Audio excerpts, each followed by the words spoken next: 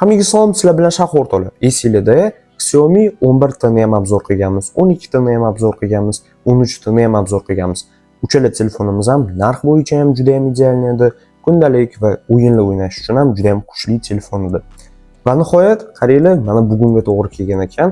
Xiaomi 15 ta Pro telefonimizni ham bugun obzor qilish nasib qilgan ekan. Ana endi ko'rib chiqamiz o'rtoqlar. Haqiqatan ham avvalgi seriyalarni buzib qo'ymaganmi? Haqiqatan ham shedevral yana kuchli device bizga taqdim qilganmi? Kelib ko'rib chiqamiz. Aynan o'yinlarda qanaqa ishlab beradi, necha FPS ochib beradi, kundalik hayot uchun kimlar olish kerak, qanaqa qulayliklari bor, o'zi O'zbekistonda narxi qanaqa. Kelib mana shu narsalarni bugungi videomizda to'liq tushuntirib beraman.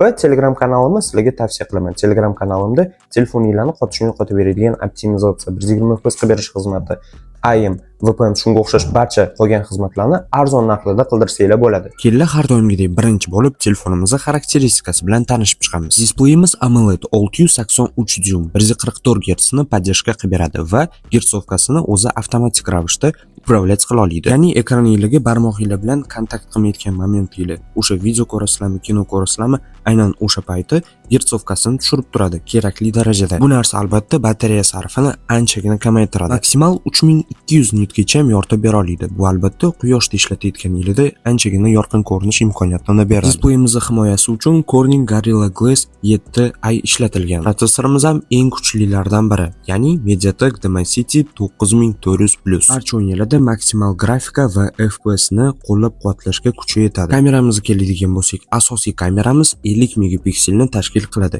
Selfie kameramiz 32 megapiksel va meni fikrimcha haqiqatan ham shu 50 megapikselni qo'llab-quvvatla oladi. Haqiqatan ham kamerasi juda ham tiniq. O'zi bilasizlar-ku, ba'zi bir telefonlarimiz bor, o'sha umuman unaqa megapikselda tasvirga tushira olmasa ham, lekin marketing uchun kompaniya 500 megapiksel, 600 megapiksel, 1100 megapiksel deb yozib qo'yaveradi. Telefonimizda bemalol video tasvirga tushirganingizda 8 ga 30 ta kadrda, a 4 da 120 kadrda video tasvirga ola olasizlar. Albatta juda ham zo'r. Ham blogerlarga, ham kundalik hayotda ishlatadigan insonlar uchun juda ham mos keladi. Rasmga tushganingizda ham aynan AI yordamida rasmiylar yana ham ranglari tiniqroq va aniqroq, boyibroq chiqadi. Ha o'rtoqlar, AI o'zi har qanaqa hozirgi chiqayotgan telefonlarimizga qo'shilyapti va hozircha haqiqatan ham hayotimizni anchagina osonlashtiryapti va boyityapti. Lekin o'rtoqlar, AI hozircha bizga yoqadigan darajada dizayn ishlarimizni yaratib bera olmaydi va aynan mana shu dizayn ishlarini chiroyli qilib yasab beradigan Timurni sizlarga tavsiya qilmoqchiman.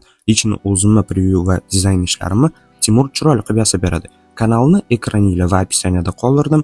Meni nomimdan borsanglar chiroyli qilib arzon narxlarda yasab beradi. Xo'sh, batareya sig'imimizga keladigan bo'lsak, naqd 5500 mAh o'rtoqlar. O'rtoqlar, anchadan beri kuzatyapmiz, aynan Android telefonlarning orasida bir-biridan batareya mAh tomonidan o'tib ketish jangi anchadan beri juda ham qizg'in davom etmoqda. Nima ham deymiz o'rtoqlar, harakatdan to'xtashmasin, bu narsalar faqatgina bizga foydaga ishlaydi. Keldi o'rtoqlar, o'zi batareya testlarimiz qanaqa o'tdi? Mana shu narsani gapirib bersam. Xo'sh o'rtoqlar, telefonimizda agarda web surfing qiladigan bo'lsanglar, o'rtacha 12 soatgacha bemalol yetib beradi. Agar telefonimizda kino yoki bo'lmasam video tomosha qilib o'tiradigan bo'lsanglar, o'rtacha 19,5 soatgacha yetib beradi. Ana endi o'zimizni zadrotlar o'yin o'ynaganda bemalol 7 soatgacha mazza qilib o'yinlar o'ynasanglar bo'ladi. Ashoh, malades, o'yinlar haqida gap ochgan-ku, ochding.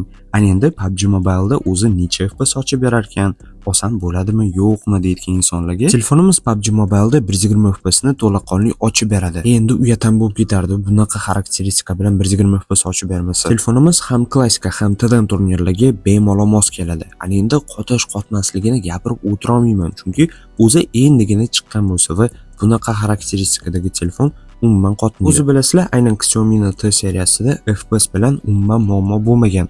Har doim xarakteristikasiga yetarli darajada maksimal FPS ochib berib kelgan. Xo'sh, ana endi keldi telefonimizda yangiliklardan va narxini sizlarga aytib beraman. Telefonimizning kamerasiga avvalgi versiyalardan farqli o'laroq 5x optik telefoto linzalari qo'shilgan va ana endi telefonimizni boya aytgan 5500 mAh batareyasini qanchada nima bilan to'ldirib olar ekanman deyotgan bo'lsanglar, bemalol simli 90 vatli zaryadkada yoki bo'lmasam 50 vatli simsiz zaryadkada to'ldirsanglar bo'ladi. Va zaryadkamizni to'liq quvvatlash uchun sizlarga atiga 36 minut kerak bo'ladi xolos. Aynan 90 vatli simli zaryadkada. Agarda 50 vatli simsiz zaryadkadan foydalanadigan bo'lsanglar, taxminan 50 daqiqadan 1 soatgacha kerak bo'ladi. Va nihoyat telefonimizning narxiga keladigan bo'lsak, O'zbekistonda bu telefonimiz bozor narxida 12 ga 256 tali versiyasi 7 million 600 dan 7 million 800 atrofida bemalol sotilyapti. Aynan mana shu narx oralig'ida topsanglar bo'ladi. Menimcha o'rtoqlar, bunaqa device-ga bu juda ham ajoyib narx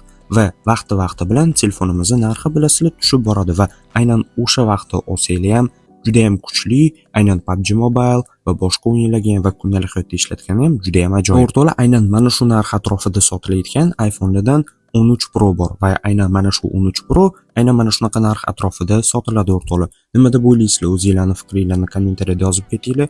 13 Pro ni olgan yaxshimi yoki yangi aynan mana shu Xiaomi 15 ta Pro telefonimizni sotib olgan yaxshimi? Albatta, aynan mana shu ikkala telefonimizning qarama-qarshiligini ko'rishni xohlasanglar, kommentariyada o'zingizlarning fikringizni yozib ketinglar. Agarda qiziq bo'lsa, aynan mana shu ikkala telefonimizni solishtirib video albatta chiqaramiz. Shu bilan o'rtoqlar, bugungi videomiz ham oxiriga yetib keldik. Agarda videomiz sizlarga yoqqan bo'lsa, men juda ham xursandman. Albatta, kommentariyada o'zingizlarni qiziqtirgan telefonlar yoki savollarni yozib ketinglar. Kanalimga ham обязательно obuna bo'lib qo'yinglar. Har doimgidek o'zingizlarni ehtiyot qilinglar, joningiz sog' bo'lsin, hech qachon harakatdan to'xtamanglar. Xudo xohlasa, keyingi tahlil videolarimizda, obzorlarimizda shunaqa gaplashib o'tirish nasib etsin. Hammaga rahmat.